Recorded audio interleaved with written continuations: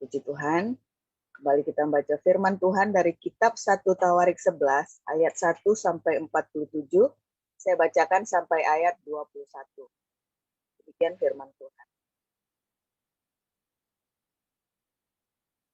Lalu berkumpullah seluruh Israel kepada Daud di Hebron dan berkata, "Ketahuilah, kami ini darah dagingmu. Telah lama ketika Saul memerintah, engkaulah yang memimpin segala gerakan orang Israel. Dan Tuhan Allahmu telah berfirman kepadamu, engkaulah yang harus menggembalakan umatku Israel, dan engkaulah yang menjadi raja atas umatku Israel." Maka datanglah semua tua-tua Israel menghadap raja di Hebron. Lalu Daud mengadakan perjanjian dengan mereka di Hebron di hadapan Tuhan. Kemudian mereka mengurapi Daud menjadi raja atas Israel, seperti yang difirmankan Tuhan dengan perantaraan Samuel. Lalu Daud dengan seluruh orang Israel pergi ke Yerusalem. Itulah Yebus. Dan di sana orang Yebus adalah penduduk negeri itu. Penduduk Yebus berkata kepada Daud, "Engkau tidak sanggup masuk kemari." Tetapi Daud merebut kubu pertahanan Sion, yaitu kota Daud. Daud telah berkata, "Siapa lebih dahulu memukul kalah orang Yebus, ia akan menjadi kepala dan pemimpin." Lalu Yoab, anak Zeruya, yang menyerang lebih dahulu, maka ia menjadi kepala. Lalu Daud menetap di kubu pertahanan itu. Sebab itu, orang menamainya kota Daud. Ia memperkuat kota itu sekelilingnya, mulai dari Milo, bahkan sekelilingnya seluruhnya.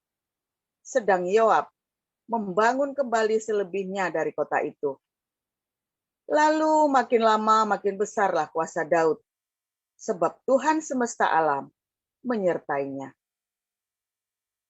Inilah kepala-kepala para pahlawan yang mengiringi Daud, yang telah memberi dukungan yang kuat kepadanya, bersama-sama seluruh Israel, dalam mencapai kedudukan raja, dan yang mengangkat dia sebagai raja, seperti yang difirmankan Tuhan mengenai Israel. Inilah daftar para pahlawan yang mengiringi Daud. Yasobam bin Hakmoni, kepala Triwira.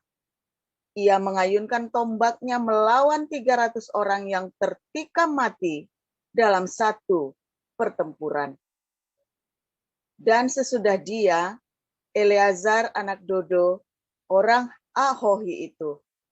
Ia termasuk ketiga pahlawan itu. Ia ada bersama-sama Daud di Pasdamim ketika orang Filistin berkumpul di sana untuk berperang. Ada sebidang tanah ladang penuh jelai di sana. Ketika tentara melarikan diri dari hadapan orang Filistin, maka berdirilah mereka di tengah-tengah ladang itu. Mereka dapat mempertahankannya dan memukul kalah orang Filistin. Demikianlah diberikan Tuhan kemenangan yang besar.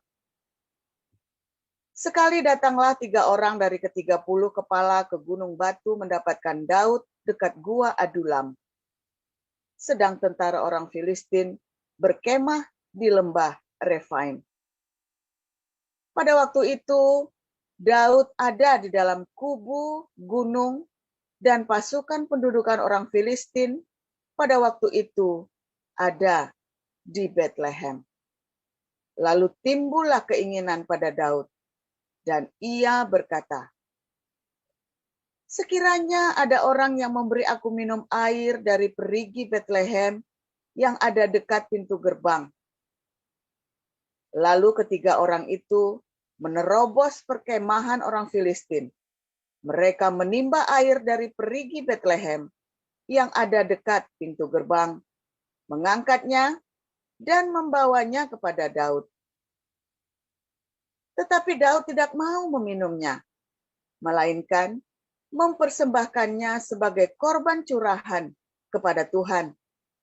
Katanya, "Jauhlah daripadaku, ya Allah, untuk berbuat demikian.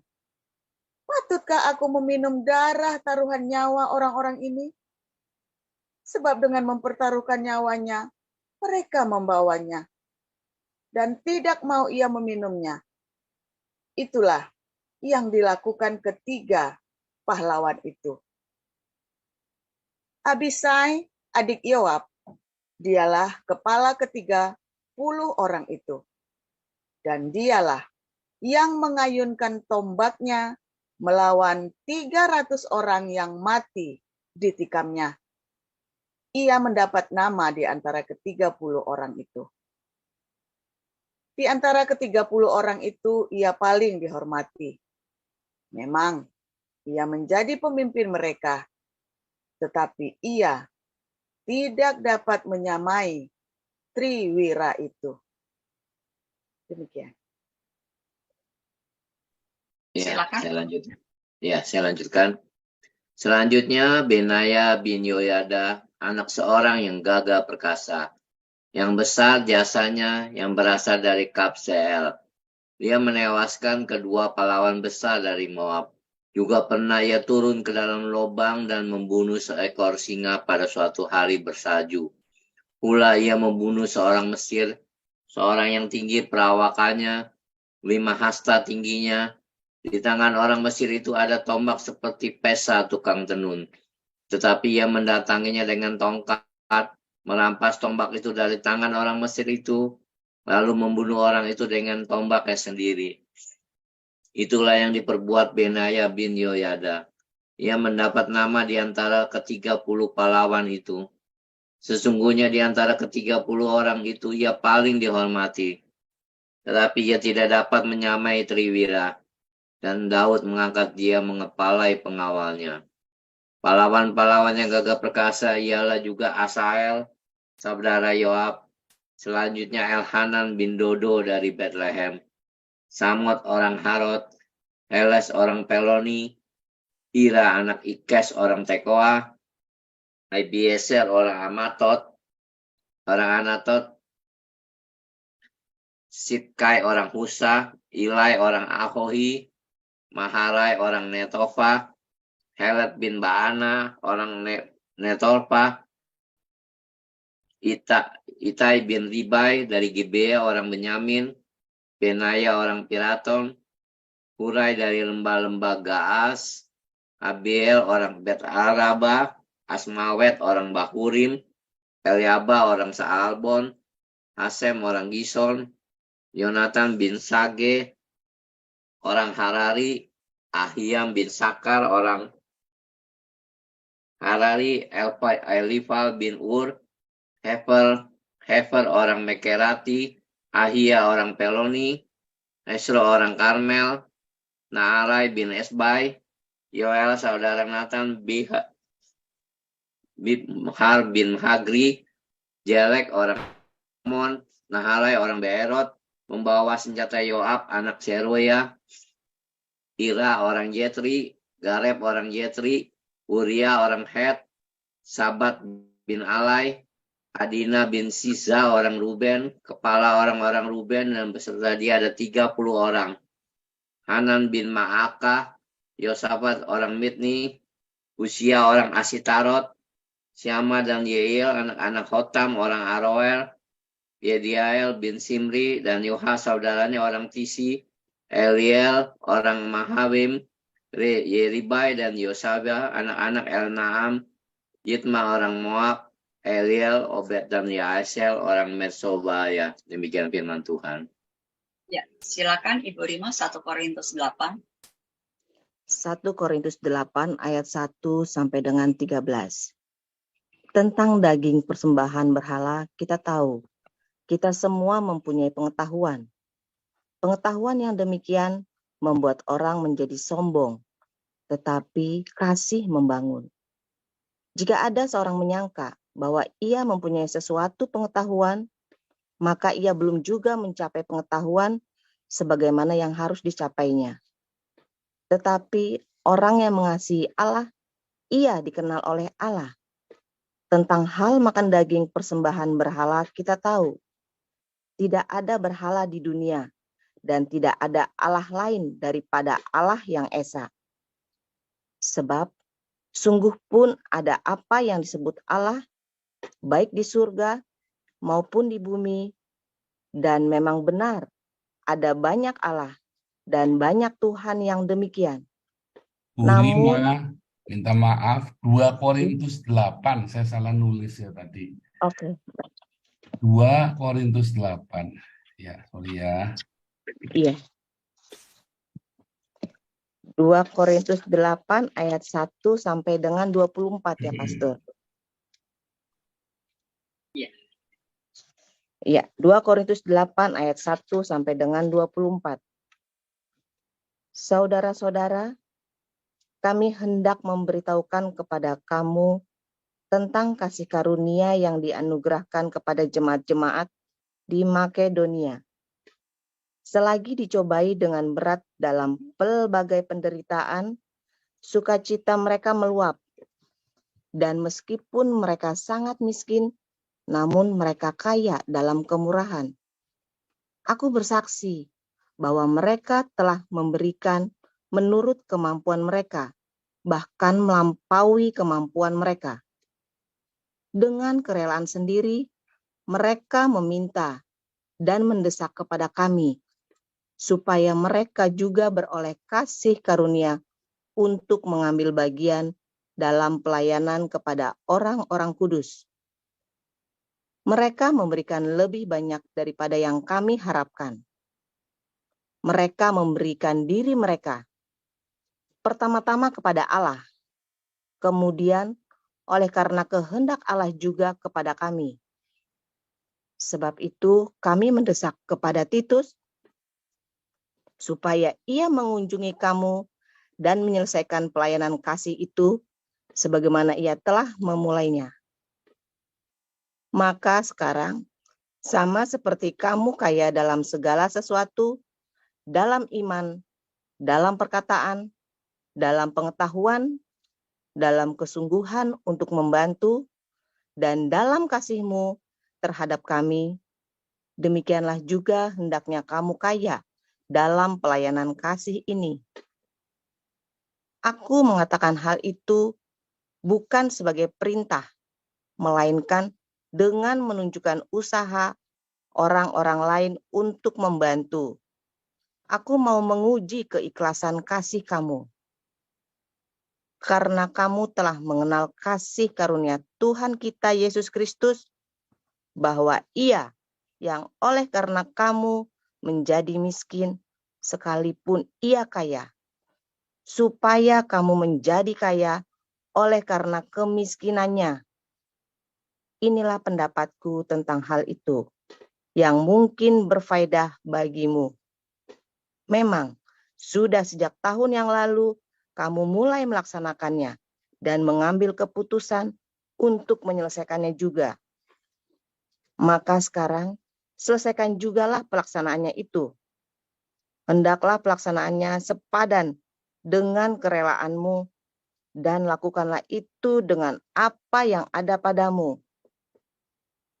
Sebab, jika kamu rela untuk memberi, maka pemberianmu akan diterima. Kalau pemberianmu itu berdasarkan apa yang ada padamu, bukan berdasarkan apa yang tidak ada padamu. Sebab kamu dibebani, bukanlah supaya orang-orang lain mendapat keringanan, tetapi supaya ada keseimbangan. Maka, hendaklah sekarang ini kelebihan kamu mencukupkan kekurangan mereka, agar kelebihan mereka kemudian mencukupkan kekurangan kamu, supaya ada keseimbangan. Seperti ada tertulis, orang yang mengumpulkan banyak tidak kelebihan, dan orang yang mengumpulkan sedikit tidak kekurangan. Syukur kepada Allah yang oleh karena kamu mengaruniakan kesungguhan yang demikian juga dalam hati Titus untuk membantu kamu. Memang ia menyambut anjuran kami, tetapi dalam kesungguhannya yang besar itu, ia dengan sukarela pergi kepada kamu. Bersama-sama dengan dia, kami mengutus saudara kita yang terpuji di semua jemaat karena pekerjaannya dalam pemberitaan Injil. Dan bukan itu saja, ia juga telah ditunjuk oleh jemaat-jemaat untuk menemani kami dalam pelayanan kasih ini, yang kami lakukan untuk kemuliaan Tuhan dan sebagai bukti kerelaan kami. Sebab kami hendak menghindarkan hal ini, bahwa ada orang yang dapat mencela kami dalam hal pelayanan kasih yang kami lakukan dan yang hasilnya sebesar ini. Karena kami memikirkan yang baik, bukan hanya di hadapan Tuhan, tetapi juga di hadapan manusia. Bersama-sama dengan mereka, kami utus seorang lain lagi, yakni saudara kita yang telah beberapa kali kami uji, dan ternyata selalu berusaha untuk membantu. Dan sekarang, ia makin berusaha karena besarnya kepercayaannya kepada kamu. Titus adalah temanku yang bekerja bersama-sama dengan aku untuk kamu. Saudara-saudara kami yang lain itu adalah utusan jemaat-jemaat dan suatu kemuliaan bagi Kristus. Karena itu, tunjukkanlah kepada mereka di hadapan jemaat-jemaat bukti kasih-Mu dan bukti kemegahan-Ku atas kamu. Demikianlah firman Tuhan. Terima kasih para lektor, Ibu Nerliana, Pak Apeng, dan Ibu Rima. Sekarang kita akan mendengarkan renungan firman Tuhan yang akan disampaikan oleh Gembala kita, Pastor Paul Sang, yang berjudul Korban Curahan kepada Tuhan. Silakan, Pastor. Haleluya, luar biasa saudara. Firman Tuhan selalu baru setiap hari saudara ya, ketika kita menanti-nantikan Tuhan dengan ketulusan hati. Dengan hati yang sikap hati yang menyembah, yang ingin mempersembahkan apa yang kita miliki, saudara ya. Apa yang kita punya yang paling berharga dalam hidup kita, ya saudara. Tadi cerita tentang apa bedanya Saul sama Daud, saudara ya. Saul itu kemilikan, ya. Ketika dia dipercaya, dia orang yang sangat kepilikan, saudara ya. Kalau sudah dikasih dicengkram, dia pikir itu punya dia. Dia sudah dikasih tahta, dicengkram sama dia. Dia dikasih otoritas, cengkram. Dia udah menang perang, harta pampasan perangnya itu dicengkram sama dia. Dia disuruh bilang, bunuh semua, kambing domba pun dibunuh. Tapi di sisa dicengkram, ini milikku, ini milikku. Nah, itu ya. Posesifnya tinggi sekali, saudara. Ya, Tuhan Yesus pernah ngasih tahu ya, orang kaya yang susah masuk kerajaan surga, bukan karena dia kaya raya, saudara. Terjemahannya itu kurang pas. Terjemahan itu karena banyak posesifnya, kemilikan. Ya, kemilikannya itu banyak. Itu repot, saudara. Ketika orang punya kemilikan itu repot. Ya. Apalagi kalau posesif sama pacar ya. Oh, saya di sini tadi diceritain ya. Itu dulu teman saya, Pak. Terus setelah dia punya pacar, pacarnya cemburu. Pokoknya kalau kemana-mana asal ada saya, dia tidak boleh ikut. Nah itu posesif, saudara. Repot juga ya, saudara ya. Repot juga lah. Dulu dia pacaran kan orang sudah jalan bareng. Sudah berteman rame-rame. Kadang begitu ya, saudara. Posesif. Dulu saya pernah cerita ya, ada kerabat kami dulu menikah. Terus kalau mau berangkat kerja, istrinya itu posesif. Sampai kunci rumahnya dilempar ke depan, saudara ya. Supaya nggak bisa keluar dari rumah, coba, saudara. Itu posesif ya, posesif. Posesifnya tiba. Nah, Saul itu posesif, saudara ya. Saul seorang yang posesif. Ya, kemilikan dia. Beda dengan Daud, saudara ya. Beda banget. Saul itu dari orang kaya dan dia rupanya disayang sama orang tuanya. Dia menjadi orang yang dibanggakan lah oleh kerabatnya, saudara ya. Dari orang tuanya sampai kerabatnya. Kalau Daud kebalikannya, dia paling ditolak, saudara. Dia terbiasa untuk tidak memiliki apa-apa. Ya, dia terbiasa. Tapi seharusnya orang kalau terbiasa memiliki, dia tidak posesif ya. Tapi ini memang dasar, sifat dasar. Saya dulu berpikir seperti itu, saudara ya. Orang harusnya kalau punya, sudah biasa punya, kan dia tidak positif. Saya biasa tidak punya. Jadi kalau begitu ada punya, ya pemilikan. Saya berpikirnya dulu begitu, saudara. Nah, itu adalah sifat dasar. Mau Anda punya, mau Anda nggak punya, posesif itu tuh nggak ada cerita, nggak ada hubungannya dengan masa lalumu, saudara. Posesif itu ya itu karena Anda posesif aja. Karena kepemilikan, enggak orang kaya, enggak orang miskin, sama saja, saudara. Makanya di dalam Matius 19, orang kaya yang susah masuk kerajaan surga, Tuhan Yesus tidak melarang kita untuk jadi orang kaya, saudara. Tetapi karena banyak posesifnya itulah yang membuat kita celaka. Kemilikan itu, saudara. Ini punya aku, ya, harus dipertahankan. Kalau kita baca di dalam Filipi 2 ayat 6 ya, Yesus Kristus di dalam kesetaraannya dengan Allah, equal dengan Allah. Dia tidak menganggap bahwa kesetaraannya itu adalah sesuatu yang harus dipertahankan. Dilepaskan, mengambil rupa seorang hamba, taat sampai mati, kayu salib. Tuhan Yesus ajarkan kepada kita tentang itu, saudara ya, tentang makna posesif itu tadi. Dipraktekkan, ditunjukkan, ya, nggak cuma ngomong toh, kayak Allahnya si Anu ngomong toh, saudara ya, merintah, emang lu bisa? Pertanyaan kan, kita nanya, nabinya perintah, isinya masih 4, kamu aja isinya 23, nggak perlu ngatur. Kadang-kadang orang ngatur orang, dirinya sendiri nggak bisa, kan kuculuk, saudara. Ayo, siapa yang begitu? Anda ngatur orang, Anda sendiri itu nggak bisa. Loh, kalau saya nyuruh anak puasa, saya sudah pernah puasa, saudara. Saya lakoni. Saya beberapa kali setiap ada masalah rumah tangga, saya lihat jawabannya cuman puasa. Kenapa disuruh puasa, saudara? Nanti saat puasa itu kamu protes, kamu sedang petisi sama Tuhan. Tuhan, ya aku sampai nggak doyan makan, gitu, saudara ya. Dan itu bagus untuk kesehatanmu, bagus untuk hidupmu, ya, sehingga rohmu itu jangan ditekan oleh dagingmu. Kamu nggak mau puasa, repot. Pak Paulus aja puasa. Saya juga puasa, saudara ya. Puasa, saudara ya. Kalau ada masalah-masalah begitu. Kenapa kita harus puasa? Supaya roh kita ditekan, saudara. Roh kita itu diizinkan untuk luasa, daging kita ditekan. Jangan diturutin terus maunya daging itu, saudara. Hawa nafsunya pengen makan, pengen apa semua. Jangan diturutin terus. Biar rohnya itu yang menang. Kan begitu, saudara ya. Balik lagi cerita posesif, coba. Saudara, ketika Daud itu lagi mengepung Yerusalem, dia ingat ada air di perigi.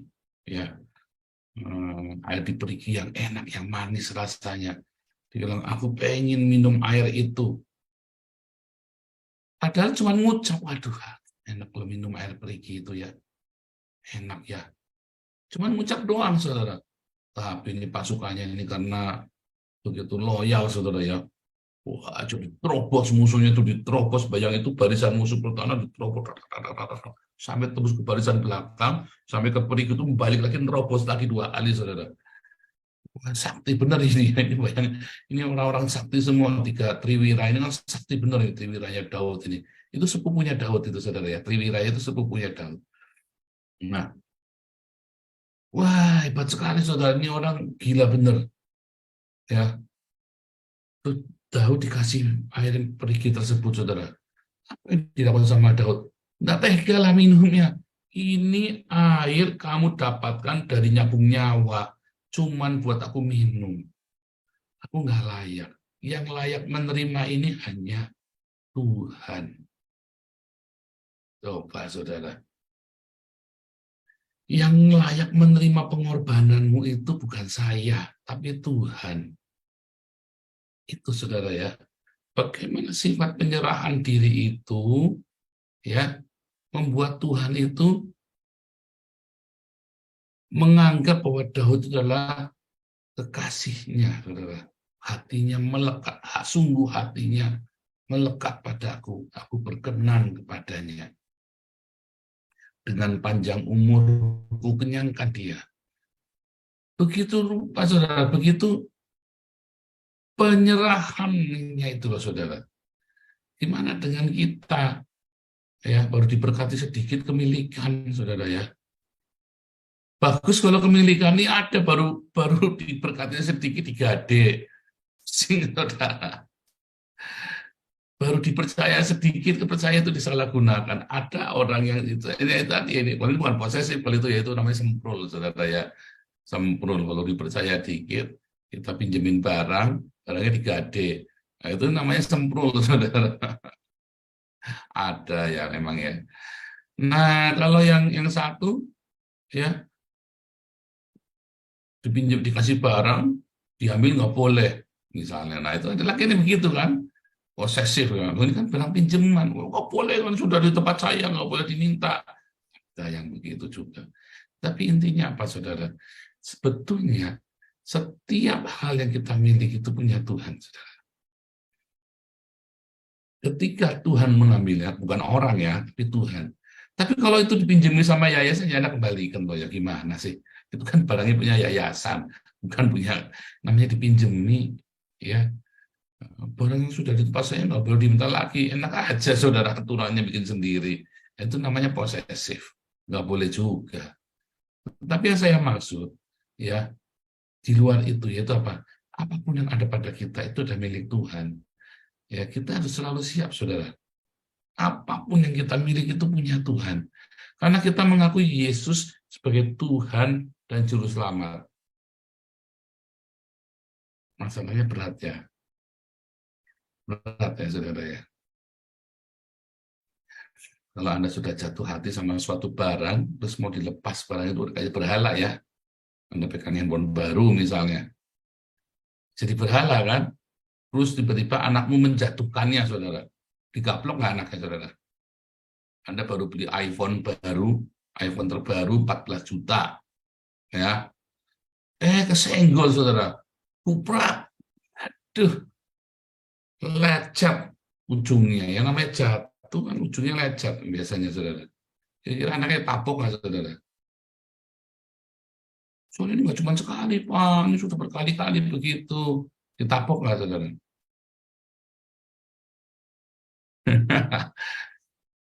Hati saudara ya. 90% ditapok saudara ya.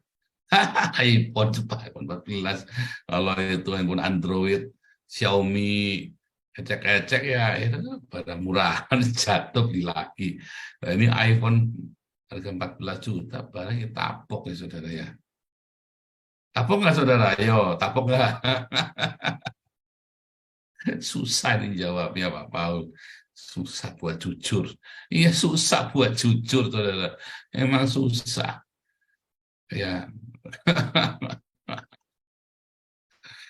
Tapok karena Anda hatimu sudah melekat, itu tandanya hatimu sudah melekat. Di mana hartamu berada, di situ hatimu ada. Makanya saya nggak pernah beli barang mahal, saudara.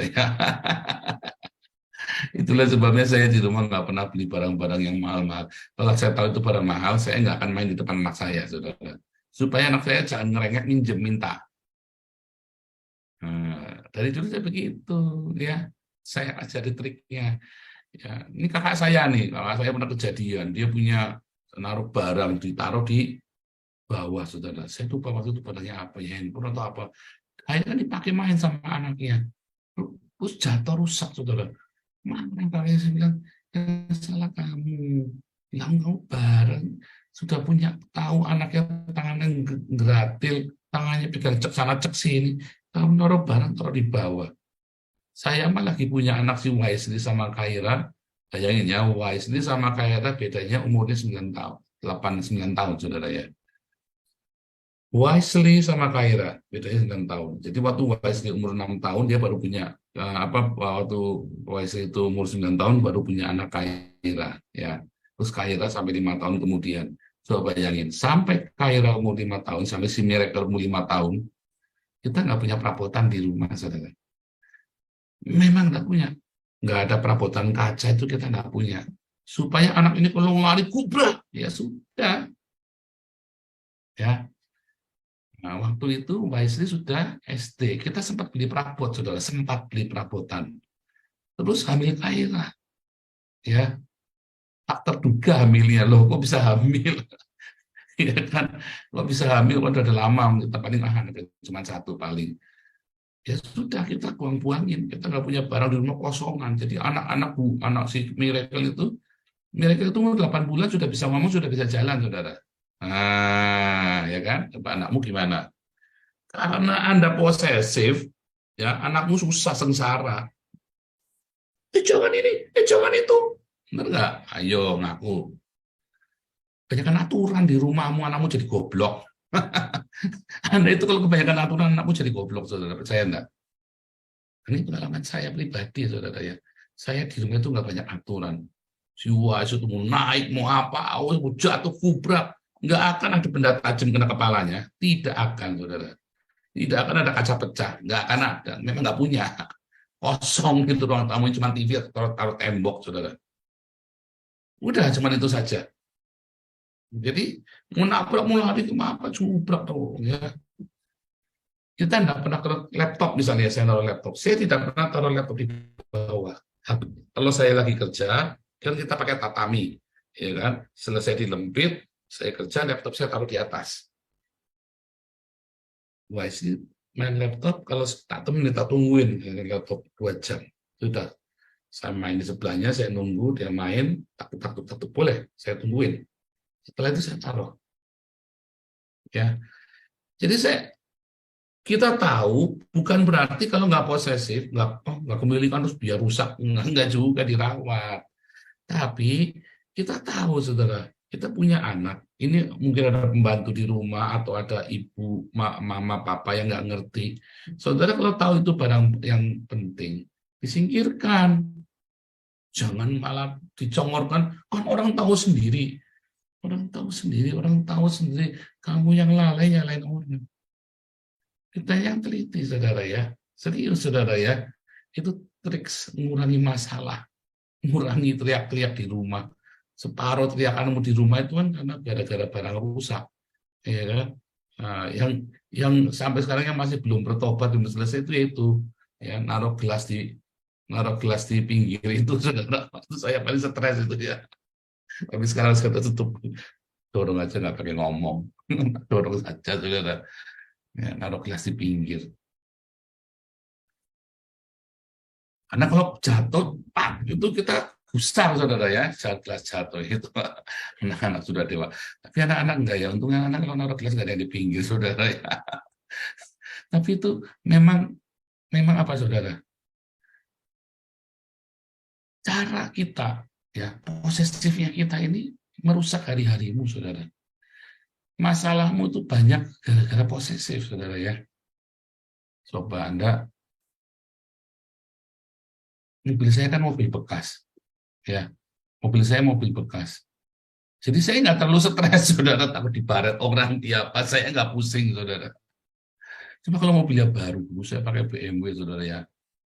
Itu mobil termahal yang pertama saya pakai dulu tahun 2004, saudara ya. Wah, kita haleluya.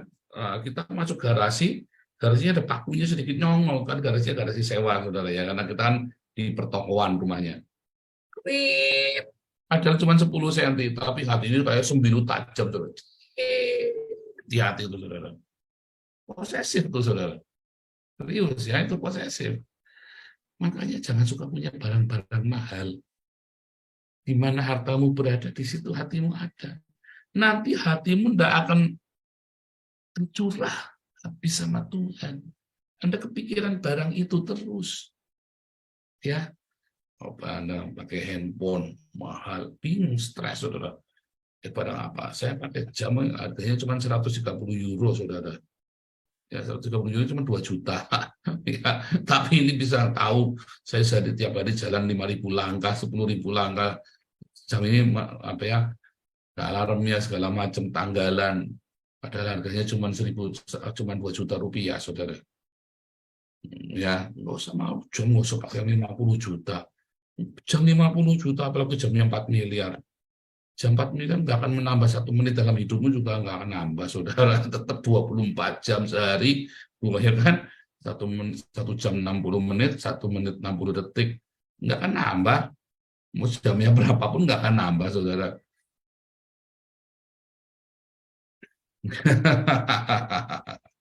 Ya, saudara ya. Posisi itu. Tetapi kalau Anda lihat bagaimana jemaat Makedonia mempersembahkan di dalam kekurangannya, enggak posesif, saudara. Orang-orang yang lahir baru, posesifnya itu akan berkurang. Bahkan mungkin enggak. Kenapa? Karena dia tahu semua yang mereka miliki adalah miliknya Tuhan.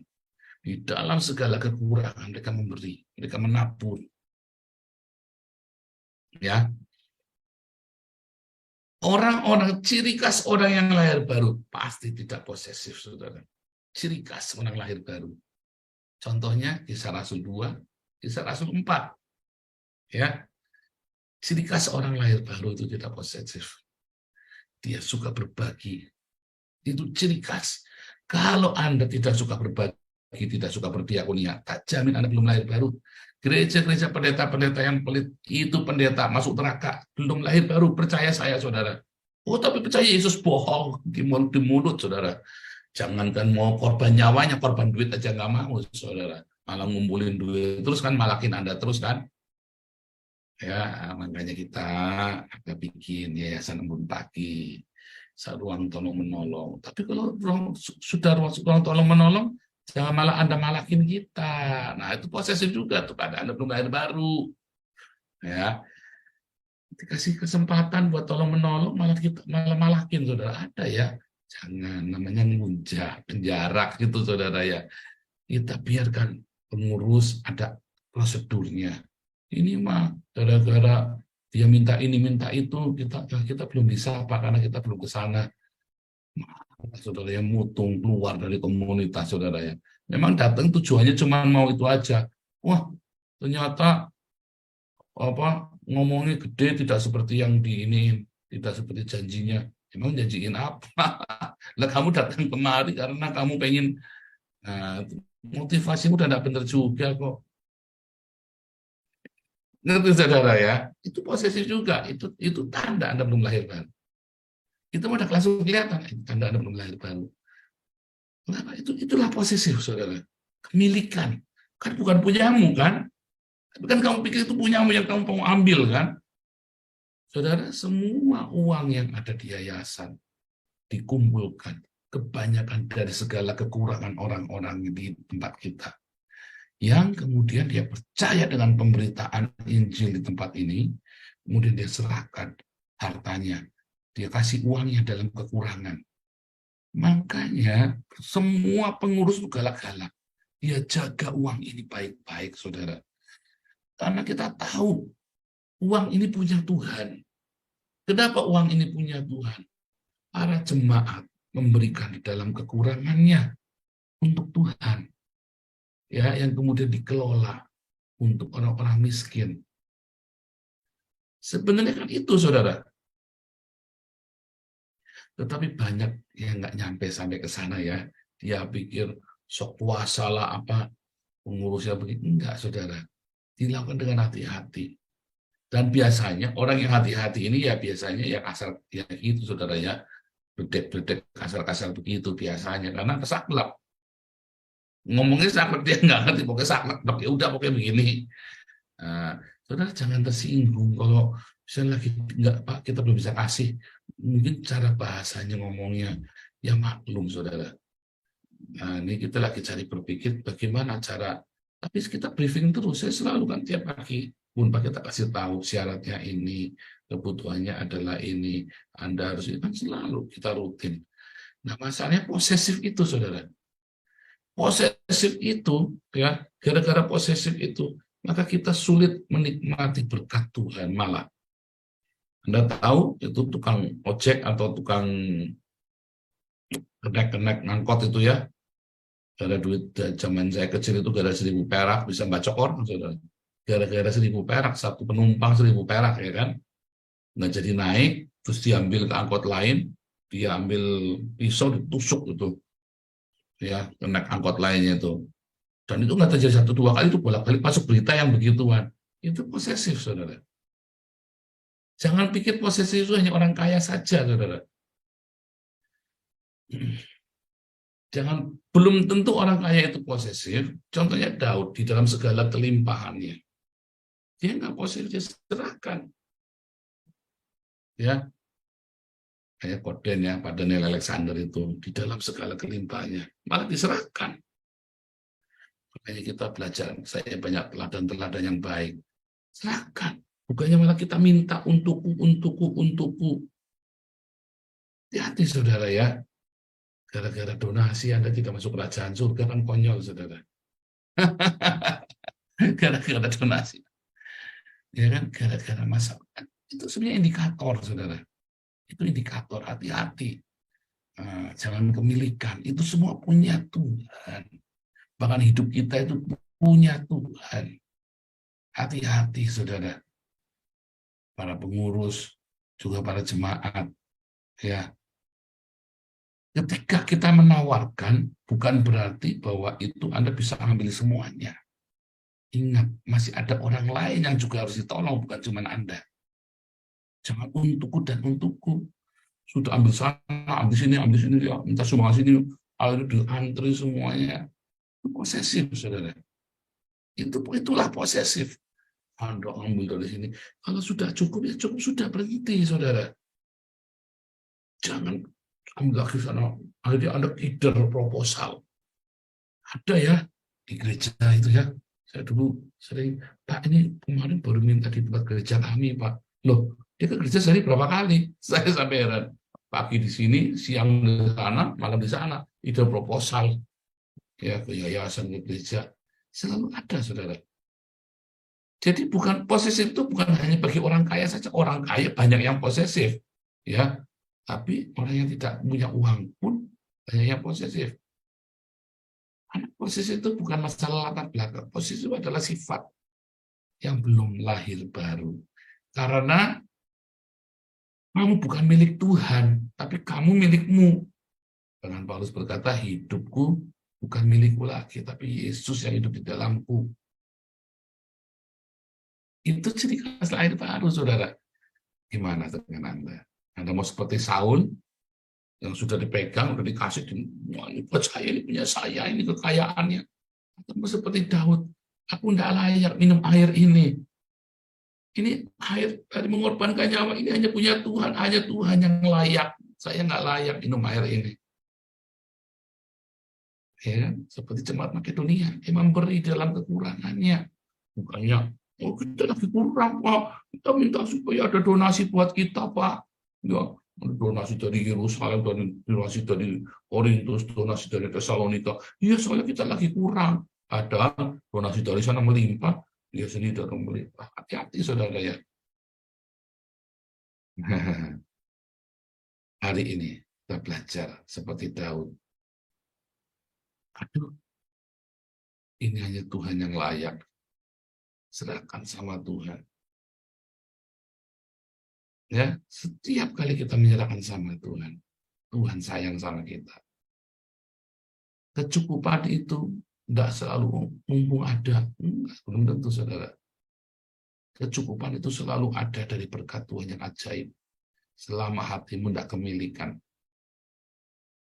Ya, Mazmur juga berkata, ketika hartamu bertambah banyak, janganlah hatimu melekat padanya. Jangankan bertambah banyak, utangan saja sudah positif. Sudah ada orang yang menawarkan utang atau bank, udah posesif dulu, udah kepemilikan dulu, udah punya saya, udah dapat ini. Kalau belum melakukan segala macam cara, kepemilikan. Tandanya Anda belum menyerahkan kepada Tuhan rasa kepemilikan itu, ya. Nah, makanya para pengurus juga hati-hati, karena juga bukan miliknya, mereka tahu ini milik Tuhan. Ya, Tuhan Yesus memberkati.